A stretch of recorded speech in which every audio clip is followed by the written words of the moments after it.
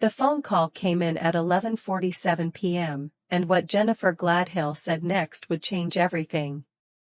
"Hi everyone, I'm Sophie, and today we're exploring a heartbreaking case out of Utah. As always, the goal here is to understand the story, not glorify tragedy." From the outside, Jennifer Gladhill and Matthew Johnson seemed to be living the dream. They owned a beautiful home in Cottonwood Heights, Utah. Matthew, 51, was a respected Green Beret with the Utah National Guard. Friends described him as intelligent, dependable, and the kind of person everyone turned to when they needed help.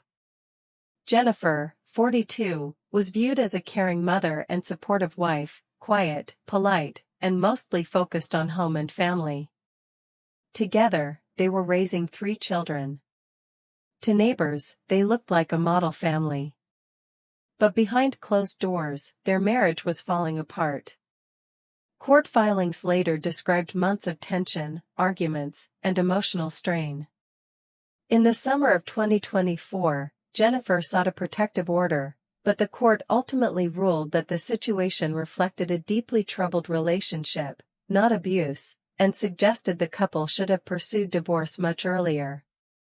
By September, Matthew had decided ending the marriage might be the only way forward.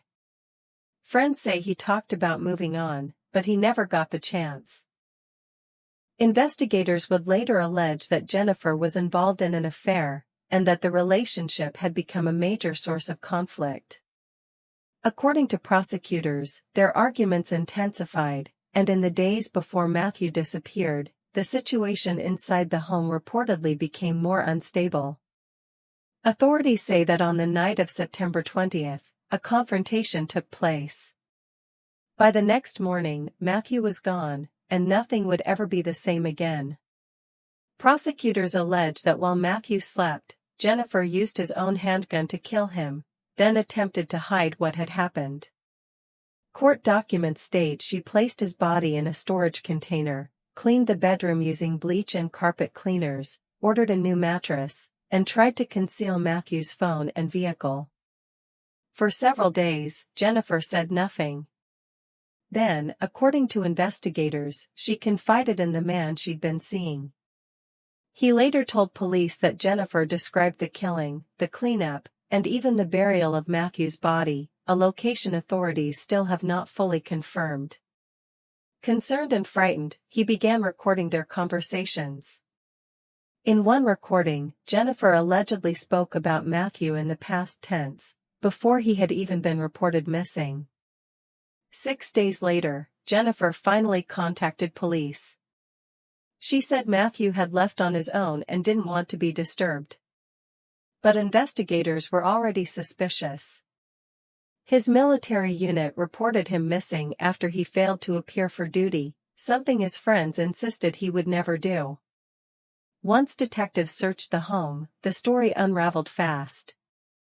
They found blood traces under the bed, on the frame, and on nearby walls. They learned a brand new mattress had been delivered shortly after Matthew vanished. Location data from Jennifer's phone appeared to show travel north, matching descriptions she allegedly gave about where Matthew's body might be. On October 2, 2024, Jennifer Gladhill was arrested. She was charged with first-degree murder and multiple counts of obstruction of justice. Weeks later, investigators also charged her parents, accusing them of helping with cleanup efforts and hiding evidence. One item found in their home, a Glock case wrapped inside a child's onesie, raised even more questions. Despite extensive searches across northern Utah, Matthew's body still has not been located. Friends, volunteers, and fellow soldiers continue to search, determined to bring him home. Today, Jennifer Gladhill remains in custody. She has pleaded not guilty to all charges. Her trial is scheduled, and until a jury decides, the law presumes her innocent. Prosecutors believe the motive may have involved her affair and the looming possibility of divorce. But only the court will ultimately determine what happened and why. Meanwhile, Matthew's loved ones are left hoping for one thing: closure. They simply want the truth, and the chance to finally lay him to rest. 3 children now face a life without their father, and with their mother behind bars. It's a tragedy that left an entire community asking the same question. How did a family that looked so perfect on the outside fall apart so completely on the inside? And could anything have stopped it? We'll continue to follow this case as it moves toward trial.